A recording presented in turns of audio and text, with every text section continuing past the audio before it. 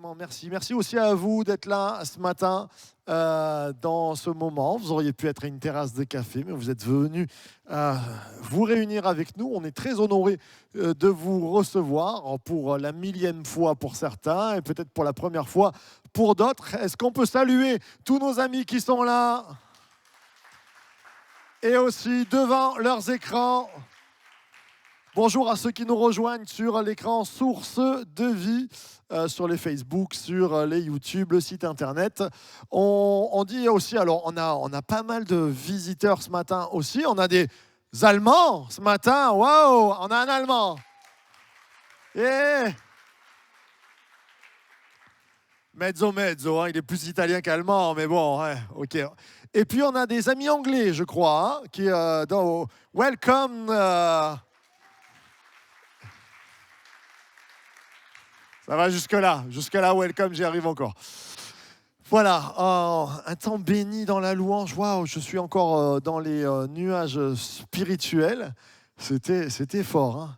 Ça n'arrête pas. Hier, on était avec des responsables. Là, on prenait un temps de discussion avec aussi une amie qui nous est venue de Lille pour nous conseiller, qui sert dans l'église de Lille et en même temps qui est psychothérapeute. Donc, elle nous donnait des conseils. Merci Florence pour hier aussi. Un moment fort. Et alors qu'on terminait en priant, il y a eu une action de l'esprit sur un frère qui a débordé sur nous. C'était juste extraordinaire. Je me suis dit, oula, Dieu nous attend dans le week-end, là. Quelque chose, là. Dieu nous attend tout le temps, mais il y a des fois où tu sens que, je ne sais pas, c'est comme si nos cœurs, en fait, étaient plus ouverts à sa présence.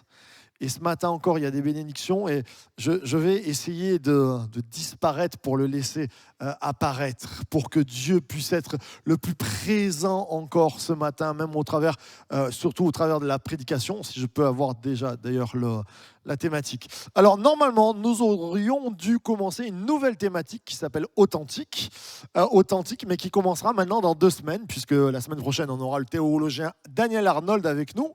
Et donc dans 2 semaines, on commencera Authentique. C'est vraiment un thème que j'avais sur mon cœur, que je devais commencer ce matin. Et puis, je crois que c'est jeudi, j'étais en train de finaliser. Et puis, le Seigneur vraiment me met à cœur. Et je pense, alors la première célébration a été bénie, mais je pense que c'est aussi beaucoup plus pour la deuxième célébration. Dieu veut te dire qu'il est grand. Il veut te faire découvrir. J'ai perdu là. Non, c'est bon. Hop là. Voilà, Dieu est grand et il veut te dire qu'il est grand. Ce matin, c'est pour toi que tu puisses redécouvrir dans ta vie combien Dieu est petit. C'était juste pour voir si vous étiez là. Combien Dieu est grand. On le sent dans la présence. Et là, c'est indéniable. Il y avait dans la louange, il y a la présence de Dieu. Je bénis Dieu parce qu'il nous accompagne par des signes. Dans la louange, par des guérisons. On a une vague de guérisons en ce moment. Dieu fait des miracles encore. Et Dieu veut bénir. Il parle. Il est extraordinaire. Mais ce matin, il veut te faire comprendre qu'il est grand. Et il est grand aussi pour toi. Que tu sois devant ton écran, que tu sois là ce matin, où tu te dis... Combien de fois on diminue Jésus? On a souvent, les protestants, les évangéliques, des fois on a montré du doigt les catholiques en disant « Ah ouais, ils mettent Jésus dans la crèche, ils le mettent dans une icône, et puis voilà, Jésus n'est plus qu'une peinture, Jésus n'est plus qu'un santon. » Mais chez les évangéliques et les protestants aussi, quelquefois, Jésus est devenu tout petit. Il est grand le dimanche matin quand tu le loues, mais dans beaucoup de pans de ta vie, dans beaucoup de domaines de ta vie, il est petit ou inexistant. Comme si Dieu n'était pas assez grand pour changer ton caractère, pour changer ta situation, pour changer ton couple, pour changer ce que tu es en train de faire dans ta vie, pour déraciner les montagnes. Vous savez que la parole de Dieu nous dit, si vous aviez, c'est Jésus qui le dit, un grain, à la fois comme un grain de sénévé, alors les montagnes se déracineraient devant vous. Mais il y a des montagnes dans nos vies dans lesquelles où Jésus n'a plus sa place. Il y a des montagnes où on se dit c'est trop grand, Jésus ne peut pas intervenir. Moi j'ai envie de te revenir là, alors qu'on a notre cœur touché dans la présence de Dieu, te dire Dieu est grand, plus grand que tes montagnes, plus grand que tes soucis, plus grand que ton épreuve. On peut acclamer celui qui est grand. On pourrait se lever ensemble si la santé vous le permet et on va lire un texte qui se trouve dans Éphésiens 3, 14. Dans la Bible, c'est un peu une sorte de bibliothèque où il y a plusieurs livres dedans et puis il y a plusieurs auteurs et là c'est Paul, l'apôtre Paul, qui a écrit à la ville d'Éphèse, aux croyants d'Éphèse, et il essaie de leur expliquer l'amour de Dieu, la grandeur de Dieu, la puissance de Dieu. Et 2000 ans encore après, ça vient toucher nos cœurs. Je prie qu'il vous donne, conformément à la richesse de sa gloire, d'être puissamment fortifié par son esprit dans votre être intérieur, de sorte que le Christ habite dans votre cœur par la foi.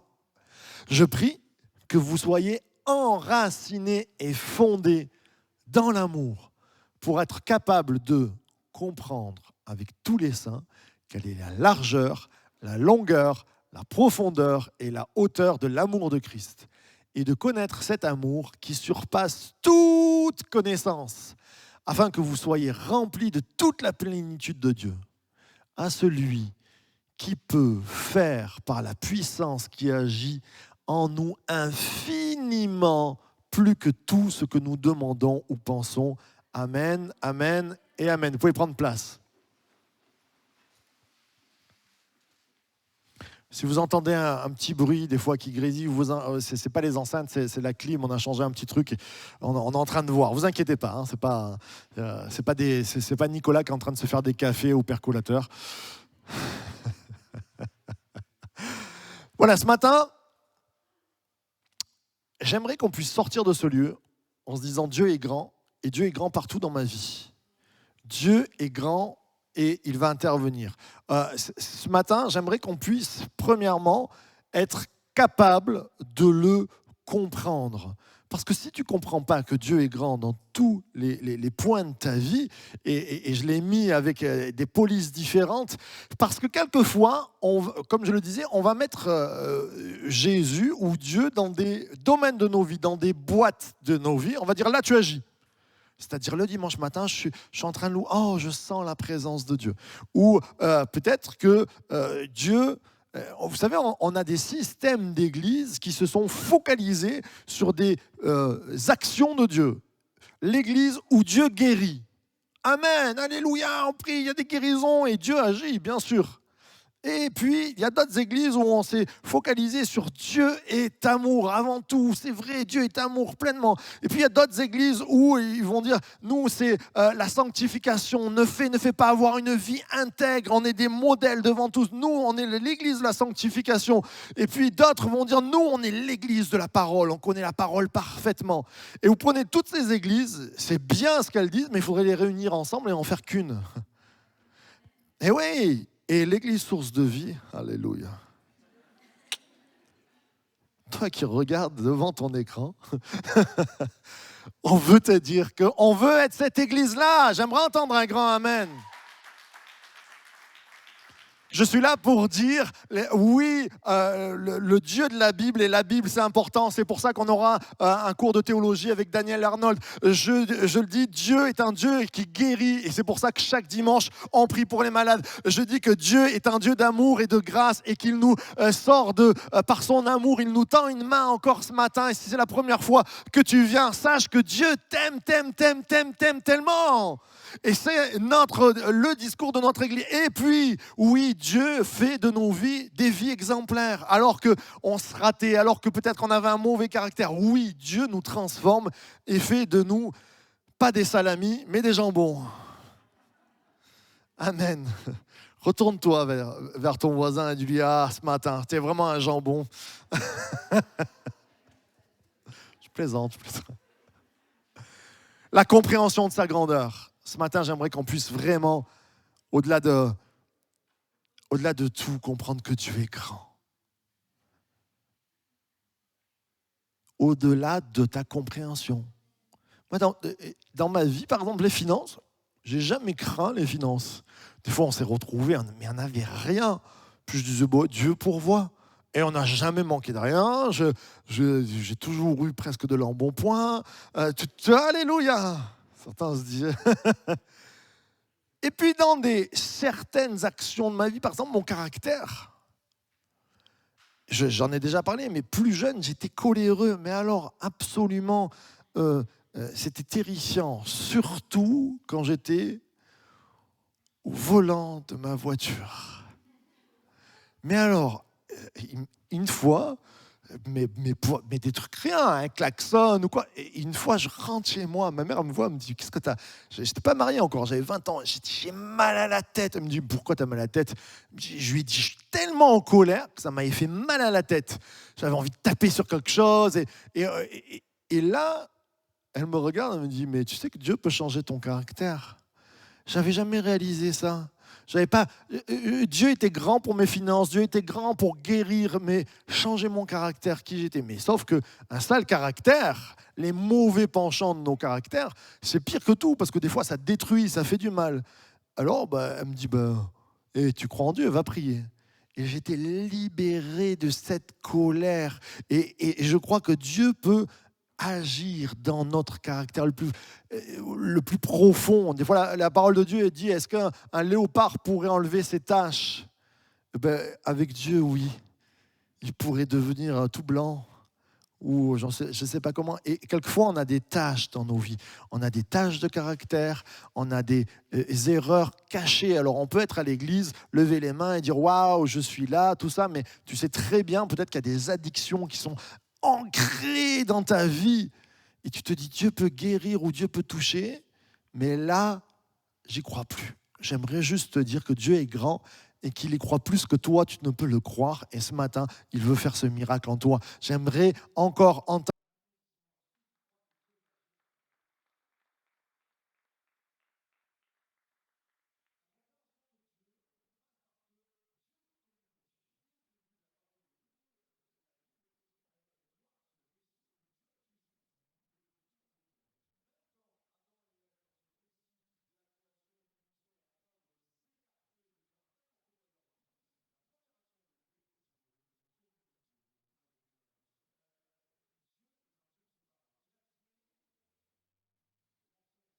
la terre, parole. Et ça, c'est important qu'on puisse le réaliser. Parce que quelquefois, je suis même avec des croyants qui me disent, mais j'entends plus la voix de Dieu. Comment? Est-ce que Dieu peut devenir muet? Non. C'est peut-être nos cœurs qui se sont fermés ou qui ont mis la voix de Dieu aussi dans des petites boîtes. Dieu va me parler par une prophétie ce matin. Et si Dieu veut te parler par la prédication, Dieu va me parler par la prédication. Et si Dieu veut te parler par un enfant que tu vas croiser en lui disant bonjour et qui va t'amener quelque chose de là. Toujours être ouvert. Dieu parle tantôt d'une manière, tantôt d'une autre, pas toujours de la même façon. Moi, je salue si Philippe Lucas nous regarde. Il était sur le chemin de venir à l'église, il savait pas. Il allume la télé et pam, juste une émission qui parle de Dieu, qui disait ouais, il faut en gros aller. Il touchait en allumant la télé. Vous savez que Dieu peut parler au travers de la télé. Et là, j'ai des épouses qui disent non, non, surtout, pasteur, dis pas ça. Mon mari, peut-être qu'il attend une parole de Dieu devant la télé. Non, je ne sais pas. Mais Dieu peut parler tantôt d'une manière, tantôt d'une autre. Je me rappelle quand on devait partir en Israël, j'ai déjà raconté, mais je devais aller voir Patrick Salafranc. Patrick m'avait dit, Marc, il faut que ce soit clair dans ta vie pour que tu puisses partir là-bas. Mais j'étais vraiment pas sûr. Je me suis dit, je vais être honnête avec Patrick, je suis pas sûr. Donc je suis descendu, on devait partir ou au Canada ou en Israël, mais vraiment pour faire une école biblique. Mais je ne savais pas trop, j'étais dans l'indécision et je passe les détails, mais je prends un raccourci parce qu'il y avait les lycéens au lycée qui manifestaient. Je n'ai pas pu passer pour prendre la voie rapide. Je dis, je vais arriver en retard. En plus, je me revois dans la petite Austin 850, là, orange, magnifique. Je prends un détour, je roule à la Nicky Larson, tu sais, là, à fond. Et puis, waouh, je me fais couper la route dans ce raccourci par un camion. Et ce camion, il y avait une inscription derrière. Je ne l'avais jamais vu. C'est un camion d'un frère d'Antibes. Jamais je l'ai croisé sur mon chemin. Et ça me parlait parce que mon père m'en avait parlé. Il revenait d'un voyage en Israël. Il m'avait dit les mots qu'il y avait sur le camion. Et là, je me suis dit, waouh, Dieu parle même au travers de ma conduite un peu sportive sur la route avec une Austin Mini 850. Ça va pas très vite quand même. Et il arrive à me mettre un camion pour me parler. Dieu parle tantôt d'une manière, tantôt d'une autre. Il veut te parler ce matin. Il veut te dire qu'il est grand dans tous les problèmes de ta vie. Il n'y a pas un problème. Quelquefois, on dirait que l'équation, elle a un multiple inconnu. Mais c'est vrai. Des fois, ton équation, mais Dieu remplit les cases de l'équation en multiple inconnu. Et il te dit, fais confiance. Je suis plus grand que tes problèmes de couple. Je suis plus grand que tes problèmes de caractère, d'addiction, financier. Quoi qu'il arrive, même pour ta santé, confie-toi en Dieu. Il est celui qui transmet aussi. Il nous a laissé, hop là, un super SMS quotidien. Dieu communique avec toi par sa parole. Vous savez, cette Bible, pour arriver là, elle a été interdite pendant des années. On a voulu la détruire. Encore aujourd'hui, certains, on essaie de la détruire en disant il y a des erreurs, il y a tout ça. Et pourtant, on n'y est pas arrivé. On n'arrive pas à prouver qu'il y a des erreurs parce que la parole de Dieu, elle est vérité. Et dans ce gros livre, pour certains, bien, Dieu, au quotidien, il veut t'envoyer un SMS. Je ne te dis pas de lire 5 chapitres par jour ou quoi que ce soit, mais un petit psaume, comme le psaume 119. Enfin, c'était pour voir s'il y en a qui suivent. C'est le plus long. Non, mais ma maman me disait, Marc, avant de partir au lycée, lis toujours même un verset. Un SMS de Dieu. Il veut communiquer avec toi, il veut te communiquer la grandeur. Et puis, tu sais, quand tu ouvres, même quelquefois, vous savez, vous tombez toujours sur les pasteurs qui vous disent oui, on n'ouvre pas la Bible au hasard. Ouais, c'est vrai, il arrive que votre pasteur, des fois, ouvre la Bible au hasard et Dieu lui parle quand même. Tu peux ouvrir, tu dis, tiens, allez, au psaume 21, sa gloire est grande à cause de ton secours. Tu places sur lui l'éclat et la magnificence. Waouh! Tu pars à l'école, tu dis la gloire de Dieu est grande et en plus il veut faire briller sur moi la magnificence. Waouh! Il y a les femmes qui se disent je deviens encore plus belle avec Jésus. Gloire à Dieu! On peut célébrer celui qui veut donner sa gloire. Des SMS de la part de Dieu et puis Dieu se révèle. Il y a des prophètes, il y a des temps, il y a surtout des moments où, de cœur à cœur. Vous savez, le mardi soir, par exemple, on a des moments de cœur à cœur avec Dieu. On appelle ça les moments comme au ciel. C'est un moment où on vient, on chante, on prie, on ouvre notre cœur et on s'attend à la présence de Dieu. Et tous ces mardis sont différents. Des fois, c'est très enflammé, comme ce matin. Des fois, c'est un peu plus calme. Des fois, il y a des témoignages. Mais Dieu vient se révéler. Vous savez, la révélation de Dieu, elle est importante. C'est ce qui fait que tu vas tenir. Quelquefois, on me dit, ah oui, pourquoi pas cette religion? Pourquoi pas cette philosophie? Mais ils ont raison, les gens. Pourquoi pas?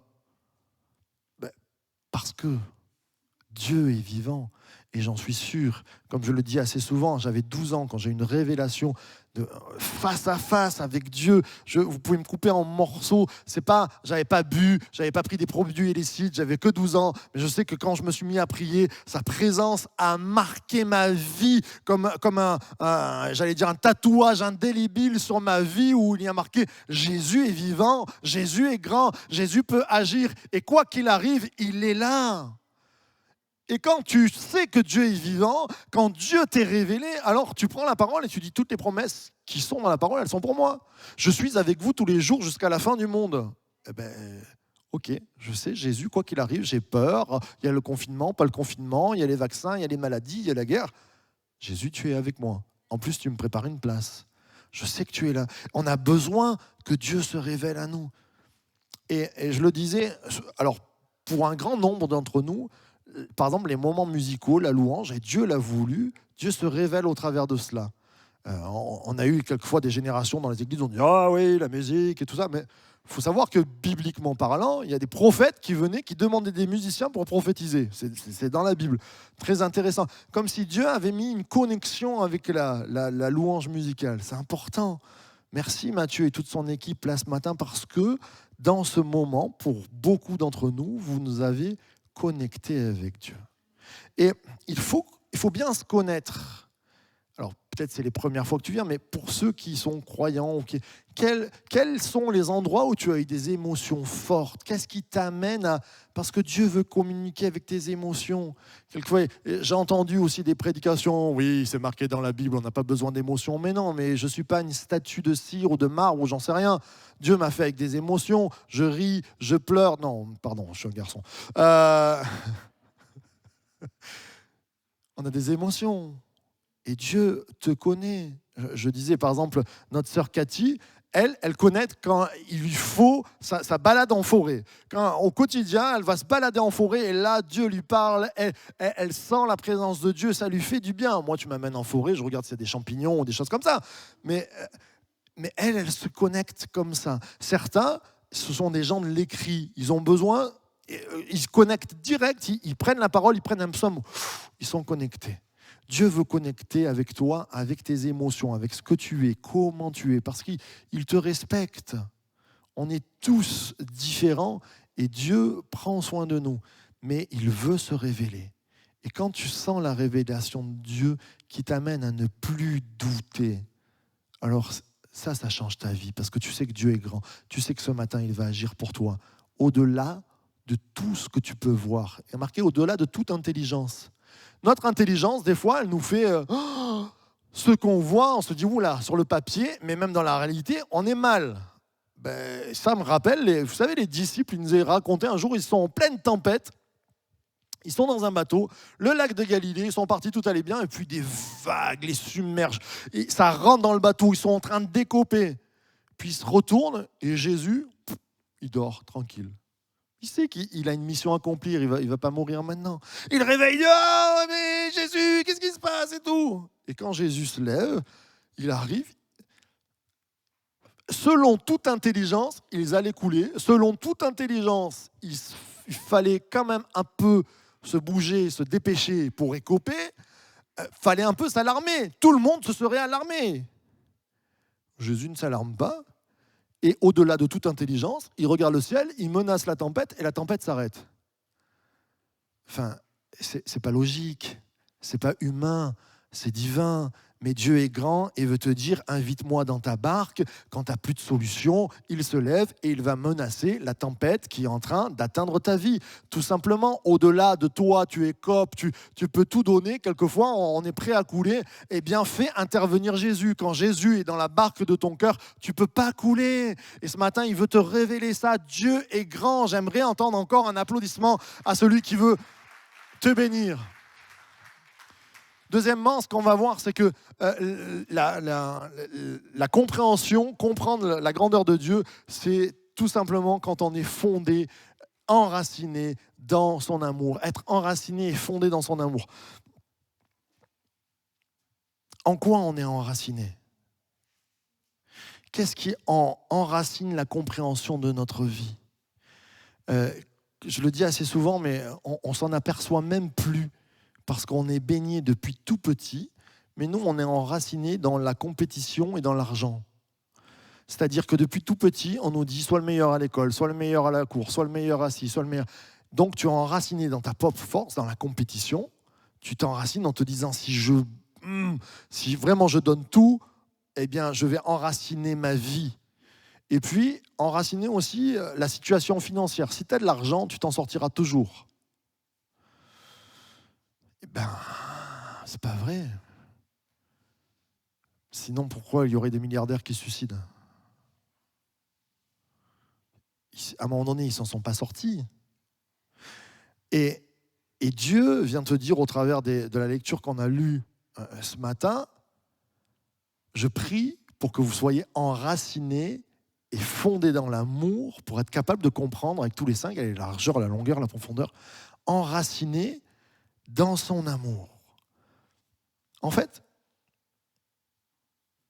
ce matin, on a une action pour réussir notre vie. Plonger dans la présence de Dieu. Et une fois qu'on a enraciné dans la présence de Dieu, alors on est indéboulonnable. Moi, ça me rappelle, un jour, mes parents sont partis en vacances et il y avait un grand cyprès, enfin 4 mètres à peu près, pas très grand, mais il était déjà balèze, et qui avait pris la neige. il était roux, il n'était pas beau, il y avait des branches mortes. Je me suis dit, ah, papa, maman s'en vont. Il est presque mort, ça devrait être facile. Je vais essayer de déraciner et d'en planter un autre. Croyez-moi, ce n'était pas une bonne idée, une fausse bonne idée en tout cas. Je commençais à détourer, je connais bien les arbres, je sais quand même qu'ils ont des racines, donc je détourne pas à 1 mètre, mais un bon 50-60 cm. Puis je commence à le prendre, à faire comme ça, mais j'ai failli finir contre le mur tellement il a fait ça. C'est solide, je me suis dit, oh, toi, je vais t'avoir. J'ai arrosé, j'ai encore creusé. Je suis allé chercher ma voiture, mon break Peugeot, là, indéboulonnable. J'ai mis une corde à un crochet, et puis j'ai dit, allez, adios. J'ai mis la première, et la voiture a forcé, s'est mis à patiner, à partir dans tous les sens, et bing! Je me suis dit, l'arbre a cassé? Non, c'était la corde qui avait cassé, avec le crochet qui s'était tordu, tout en métal. Je me suis dit, mais c'est pas possible, il est indéracinable. Qu'est-ce qu'il avait fait, cet arbre? Il avait plongé ses racines profondément. Et la vie était encore en lui. J'ai envie de te dire ce matin, peut-être qu'il y a des tempêtes de neige qui sont passées sur ta vie. Peut-être qu'il y a des choses qui sont venues même vouloir te déraciner. Mais si tu plonges tes racines en Dieu, aucune tempête, aucune action du diable venant vouloir te déraciner ne pourra le faire. Alléluia! Pourquoi? Parce que Jésus a payé le prix fort. Et c'est son amour qui nous rend vivants. C'est-à-dire que si tu plonges dans son amour, le diable n'a même pas le droit de mettre un petit doigt. Si tu dis, hop, je suis enraciné dans l'amour de Dieu, je crois que Jésus c'est mon sauveur qui m'a pardonné de mes erreurs, qui veut changer ma vie. Alors le diable, il n'a même pas le droit de dire une virgule sur ta vie. Tu es indéboulonnable et célèbre-le ce matin.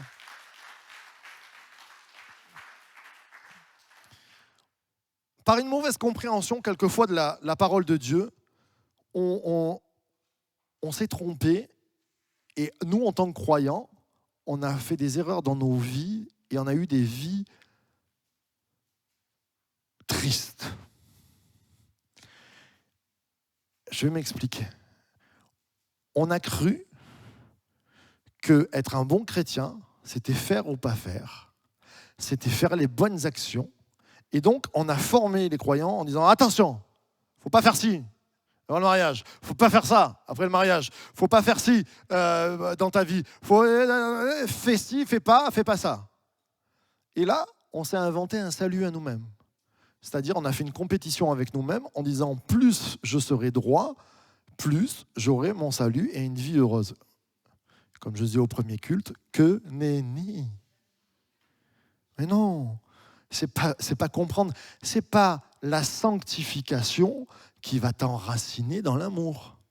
C'est parce que tu aimes Dieu et c'est par l'amour de Dieu que tu vas pouvoir sanctifier ta vie, être changé. Que ça veut dire sanctifier, être mis à part, avoir une vie qui soit belle, qui soit droite, que tu n'as pas honte de cacher certaines choses. Tu sais, comme quand les adolescents, tu rentres dans leur chambre, tu dis purée, elle est clean la chambre, mais il faut surtout pas ouvrir le placard. Moi je faisais ça, t'ouvrais le placard, tu avais une avalanche. Et quelquefois dans nos vies, on a des placards d'adolescents, tu sais. Oh, tu viens à l'église, oh, c'est propre ça, disons. Si on creuse, tu sais, tu parles et il y a une porte de placard qui cède, tu dis, oh, wow, l'avalanche de dossiers qu'il y a derrière. Mais c'est pas grave, on a tous des dossiers.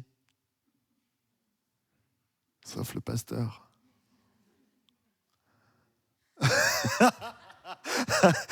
Quelqu'un qui a dit qu'il y en a plusieurs. Oui, c'est pas faux. C'est pas mes actions qui vont faire que je vais être indéboulonnable. C'est parce que Jésus a payé le prix fort. Ce matin, comprendre la grâce de Dieu, c'est un moment clé pour vos vies. Comprendre la grâce de Dieu, c'est comprendre que c'est pas par mes efforts. Combien de fois je rencontre des croyants frustrés parce qu'ils pensent que être un bon chrétien, c'est faire, pas faire. Et alors, quand ils ont mal fait, ils n'osent plus s'approcher de Dieu. Et alors, il y a une culpabilité qui les plonge encore plus dans leur galère. Et là, c'est une vie de galère. Ils sont tristes. Ils n'arrivent pas à trouver le soleil qui est marqué dans la parole de Dieu. Mais c'est sûr, tu t'approches par tes propres efforts. Approche-toi de Dieu tout simplement. Il le sait que tu es tordu. Il le sait que tu es taché. Il sait que tu as eu des problèmes. Il sait que tu as été brisé. Mais il veut tout réparer. Il veut tout nettoyer. Amen. Alors approche-toi. Enraciné dans son amour, ça veut dire je plonge mes racines dans le pardon de Jésus. Je plonge mes racines dans cette action de l'amour de Jésus qui t'aime. Je ne sais pas comment le dire, ça se vit. Quand tu t'approches de Jésus, cet amour de Jésus, et son amour te fait porter du fruit. Enraciné et fondé dans son amour, et puis puissamment fortifié. Le texte nous dit, je prie qu'il vous donne conformément à la richesse de sa gloire d'être puissamment fortifié par son esprit. Et en bas, celui qui veut faire par la puissance qui agit infiniment plus que tout ce que nous demandons ou pensons. C'est-à-dire que quand même tu penses que Dieu est grand, Dieu est plus grand que ce que tu penses. C'est compliqué, mais oui. J'aime ce verset qui dit, y a-t-il quelque chose de surprenant qui vienne de l'Éternel ? Mais moi, tout me surprend. Tout me surprend quand je suis face à Dieu parce que je me dis, quand moi j'ai visé là, mais il a visé le ciel. Il est extraordinaire, Dieu, et il veut encore te bénir ce matin. J'ai mis une photo d'une muraille. C'est une muraille moderne. C'est entre le Mexique et les États-Unis. On en a assez parlé comme ça. C'est le mur qui sépare le Mexique. Et quelquefois, dans nos vies, il peut y avoir des murailles. C'est-à-dire des zones de non-droit où on ne peut plus passer. Quelquefois, on n'y croit plus. Est-ce que je peux croire encore à l'amour ? Non, parce que mes parents, déjà, c'était destructeur dans leur couple et que moi, ça va être destructeur. Est-ce que je peux croire encore au bonheur ? Non, parce que ma vie m'a prouvé que... et certains, ce matin, pourraient me dire, mais Marc, tu ne connais pas ma vie, ça fait 10 ans que je tourne en rond, que je suis en galère. Peut-être que ça fait 25 ans même que je viens à l'église et tu ne connais pas ma vie. Il n'y a aucune source de bénédiction. Je tourne et il n'y a rien. J'aimerais te rappeler une histoire où quelqu'un tourne. C'est l'histoire de Josué. Josué, Dieu, avant de partir à la guerre et avant de partir à la conquête, va lui dire « Fortifie-toi et prends... » il y en a qui connaissent la Bible, c'est bien. « Fortifie-toi et prends courage. » Et une des premières missions de Josué, c'est d'attaquer des forteresses, les forteresses de Jéricho. Et alors, il y va et il y a l'ange de l'Éternel qui vient lui parler. Et il lui dit, écoute, tu prends des lance-flammes, tu prends des missiles, têtes chercheuses, des hélicoptères, les épées, tu fais des pompes tous les matins, vous attaquez et ça va bien se passer. C'est ça ? Pas du tout. Il lui dit, tu tournes en silence pendant 6 jours autour de la ville. Oh, super. Moi, je vois bien Josué très dubitatif devant l'ange de l'Éternel. C'est bien. Et il y a encore un truc, oui, et le 7e jour, vous tournez 7 fois, et en plus, vous sortez les trompettes et vous criez. Mais c'est Josué qui a dû passer pour une trompette. Quand il a dû aller voir ses chefs d'armée, là, les gars qui font des pompes tous les matins, qui avaient dû aiguiser les lames de leur épée, qui avaient dû huiler tous les boucliers, et il devait dire, qu'est-ce qui t'a dit l'ange de l'Éternel ? On y va quand ? On a sorti les béliers, on a les feux, on a les torches, on a les flèches, on a tout, on a les épées. Eh ben, on n'y va rien. On sort sans rien. On va marcher silencieusement. On fait une balade avec Cathy qui va marcher devant et on va tourner autour et puis on va s'attendre à la présence de Dieu. Ils ont dû dire, il a bu. Une équipe de militaires, là, ils ont dû dire, mais c'est pas possible cette histoire. Et ils ont tourné. Et pourquoi je te raconte cette histoire ? Parce que le Seigneur, dans nos vies, en tant que croyants, quelquefois, il dit, tu ne vas pas utiliser les armes de la vengeance dans ta vie. Tu ne vas pas utiliser les armes que les autres utilisent, le machiavélisme, tout ça. Voilà, tu as un bon cœur, tu es bon, tu vas même aimer tes ennemis. Et toi, tu galères à tourner depuis peut-être un bon bout de temps et tu ne vois pas les murailles s'effondrer.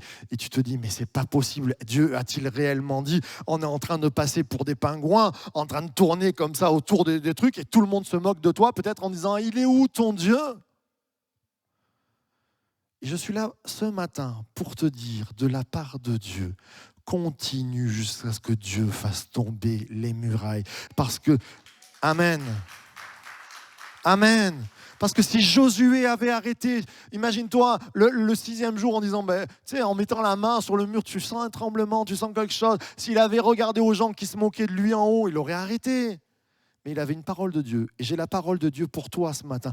Continue à croire que Dieu est grand. Et tu vas voir les murailles s'effondrer.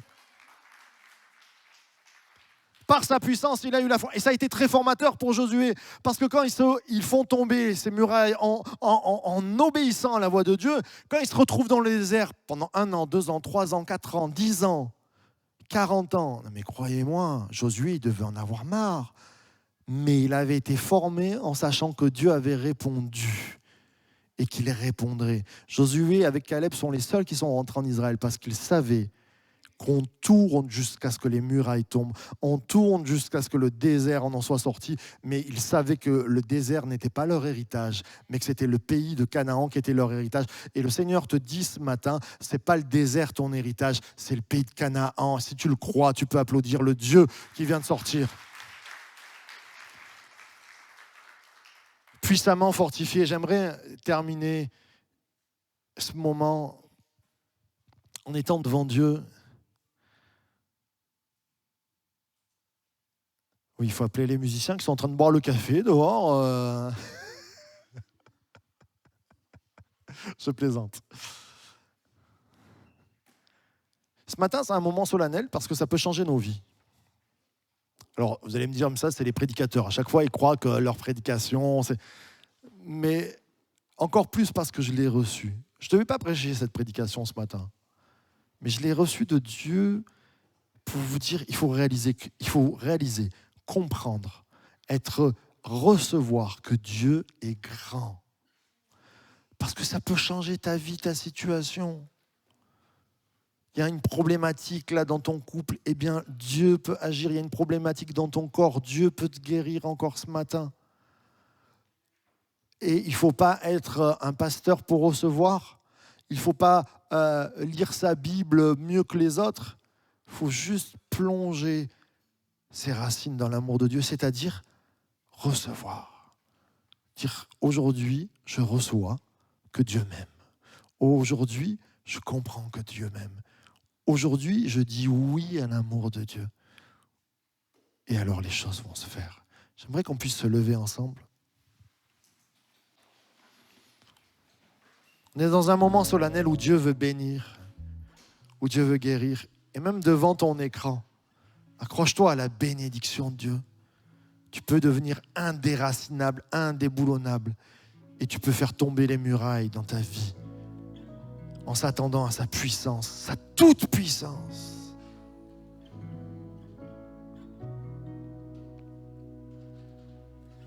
Ce matin, on a les yeux fermés. Il y a des moments de vie, il y a des moments de salut. Il y a des moments inespérés qui viennent changer nos vies. Ce moment, c'est Jésus pour toi.